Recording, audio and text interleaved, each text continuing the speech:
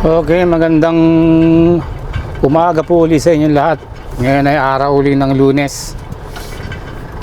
Ang huling biyahe natin nung nakaraang Monday, hindi na tayo nakabiyahe simula nun. Ngayon na lang uli. Ang oras ngayon ay 10:08 May 25, 2026. Ngayon meron na tayo nakuhang booking. Papunta tayo ng Binondo, Paranaque, Binondo Paranaque. Bali ang rate nito ay 1,010 balikan. Pick up daw tayo doon ng mga aluminum. Kaya pick upin na natin to. Punta na tayo ng Binondo. Sana makabalik tayo bago magtanghali dito sa Paranaque. Sana mabilis lang natin ma-pick up to. Sana walang traffic. Dito tayo ngayon sa C5. Palabas tayo ng Merville.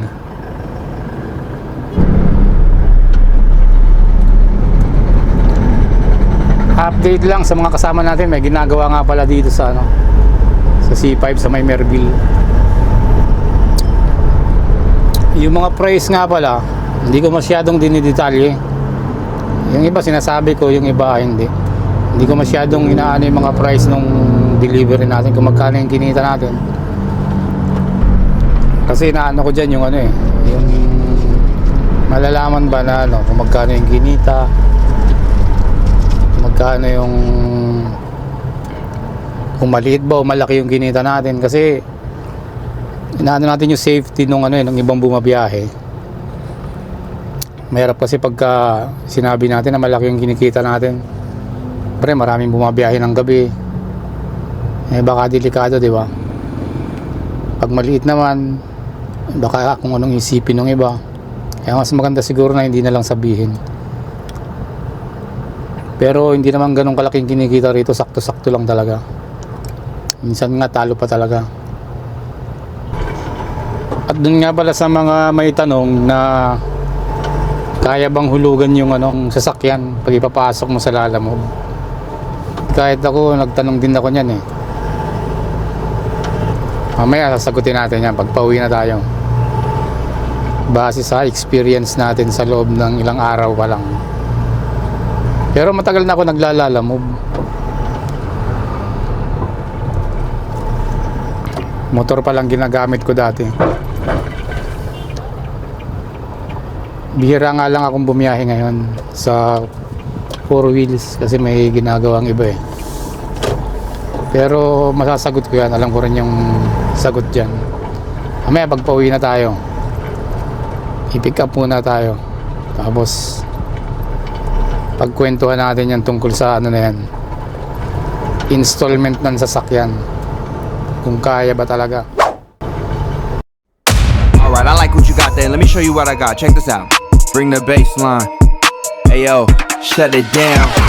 These brothers my guys, know that they fly, know that they ride or die. I keep boys by my side, CJ Ike, never gotta roll with ice. Generations caught up, look how things will switch. People they're quick, now they wanna move at the bits. Boy wanna throw them bitch, nah. Cool, these brothers my guys, know that they fly, know that they ride or die. I keep boys by my side, CJ Ike, never gotta roll with ice. Cool, these brothers my guys, know that they fly, know that they ride or die. I keep boys by my side, CJ Ike, never gotta roll with ice. Andito na tayo ngayon sa Taft Avenue. Dito tayo sa may malapit sa NBI, sa may Pearl, Manila. Ganda pa nga dumaan dito, walang traffic, stoplight lang. Generations caught up, look how things will switch. People they're quick, now they wanna move at the bits. Boy wanna throw them bitch, nah. Generations caught up, look how things will switch. People they're quick, now they wanna move at the bits. Boy wanna throw them bitch. Traffic lang ako sa Osmeña, buwisit na mali ako ng daan. Sobrang traffic.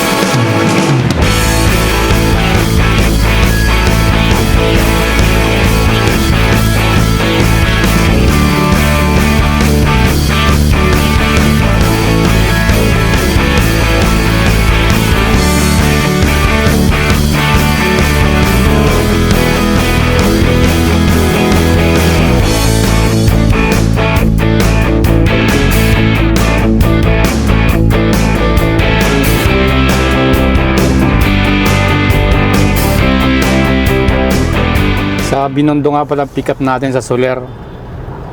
Sa One Sky. Lapit na rin tayo. Siguro dito. Mahaba ito eh. Kaya lang, una sana yung cladding eh. Ha? Okay lang yan. Maganda na ba? Sige, sangat mga. Diyan. Maganda yung kalit, maganda. Pa.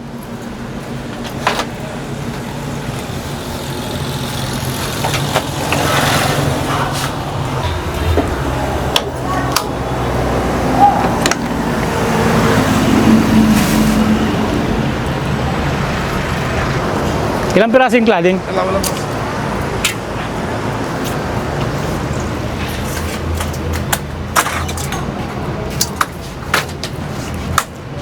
Ito na lang to. Pataso.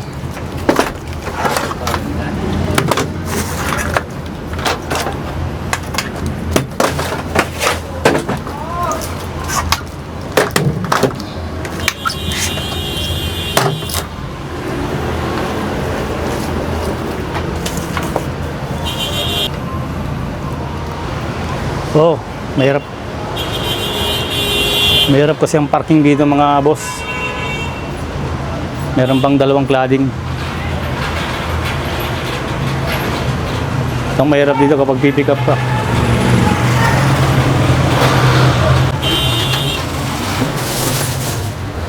Ay lang.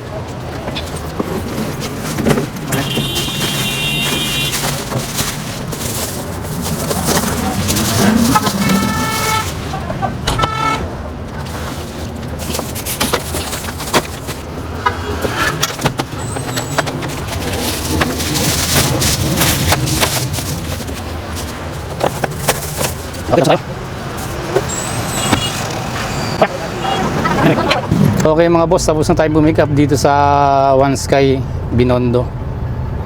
Hirap, walang parkingan eh. Tapos dumamba tayo ng Sky City, wala rin parkingan. Ganun talaga dito sa Binondo. Patigasan na lang kahit businahan ka na. Ayan, pauwi na tayo. Mag-aalas 12 na. Siguro mga 1:30 nakauwi na tayo niyan.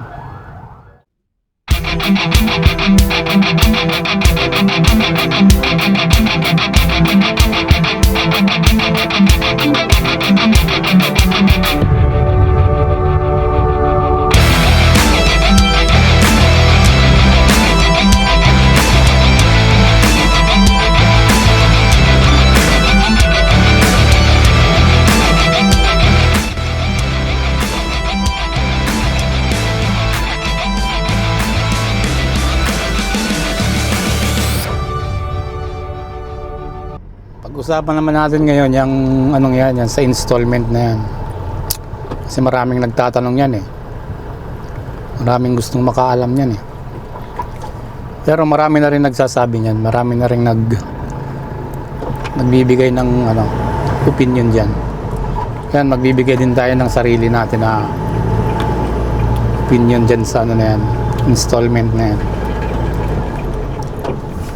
Sa tingin ko naman, pag kailala mo, kaya yan. Kaya yung hulugan. Kaya lang, maglalaan ka talaga ng mahabang oras sa kalsada. May nag-ano na yan eh. May nagsabi na yan eh. Yun, totoo talaga yun. Maglalaan ka ng mahabang oras. Baka halos di ka na umuwi niyan. Tapos,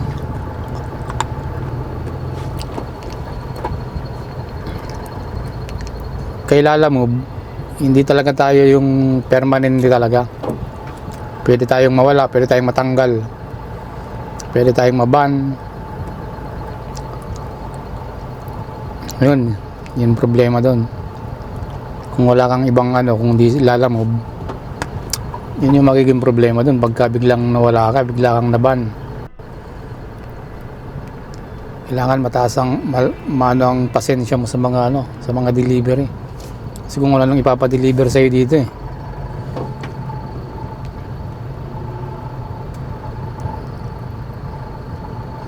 Tapos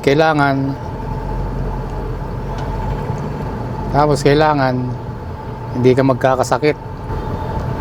Kasi mapuputol yung biyahe mo eh. Hindi dapat masira yung biyahe mo. Kasi araw-araw yan. Araw-araw dapat ang biyahe mo. Kaya kailangan hindi ka magkakasakit. Tapos yung sasakyan mo kailangan hindi rin masisira. Kasi kapag pumalya ka, wala na, sigurado mahahatak yung sasakyan mo kasi kung kailangan mo na lang talaga iyaasa, diba? Pero kung sa biyahe kailangan mo, kaya yan, kayang-kaya yan, basta masipag ka. Huwag ka lang magkakaproblema talaga nung gano'n na matatanggal ka sa lalamove, o kaya magkakasakit ka, o kaya nabangga yung sasakyan mo, nasira, nayupi. Siyempre hindi mo maibiyahe yun. Ayun, matiting ka. Ayun na, doon na mag-uumpis ang ano yan, mahatak yan. Pero kung sa 5 years dire-diretso ang biyahe mo kay lalamove, sipag ka, kayang-kayang hulugan yan. Wag lang talaga magkakaproblema. Yun lang yung masasabi ko doon. Kung mali, edi pinang diesel ko na.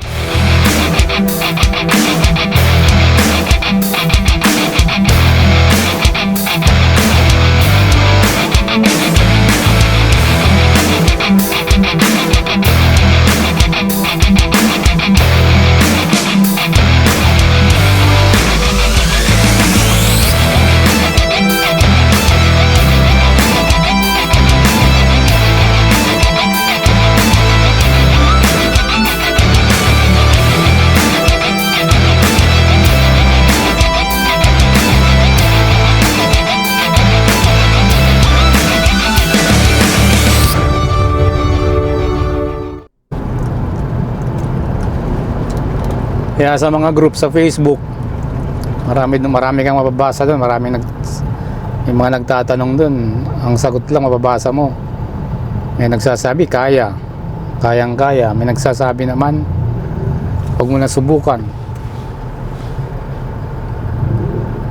Yung nagsasabing kaya naman talaga kasi syempre kumikita ka naman eh. Basta masipag ka. Yung nagsasabing di kaya, kasi mahirap talaga. Kasi nga hindi ka pwedeng magkasakit, hindi ka pwedeng pumalya eh. Hindi ka pwedeng pumalya kahit isang araw lang na di ka makabiyahe. Kahit nga coding, dapat bumiyahe ka eh. Tapos syempre yung kailala mo hindi nga permanent, pwede kang maban, ma-deactivate.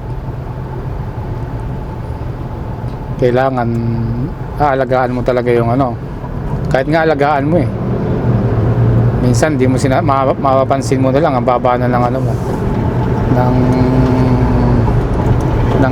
ng ratings mo kailala mo.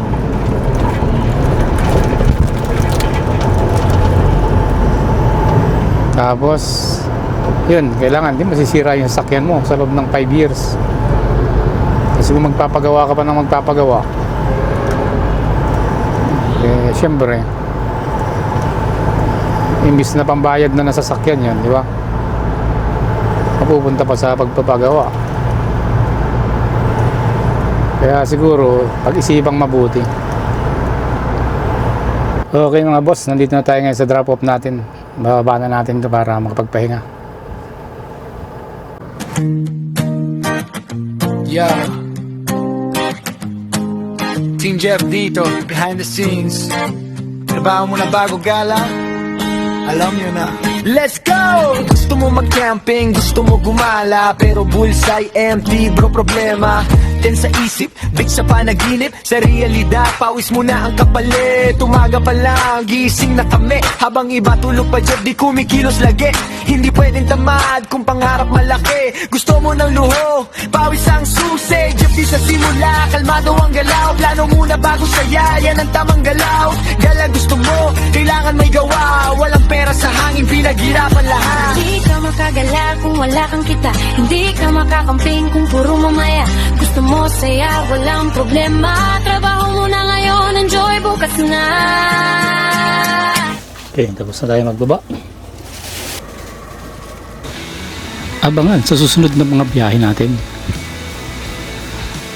Kung saan kalsada naman tayo pawad pa rin ang ating mga gulong. Laguna, Cavite, Batangas, Rizal, Bulacan, NCR at kahit saan pa. Basta patuloy sa pag-arangkada at tuloy ang kwentong kalsada.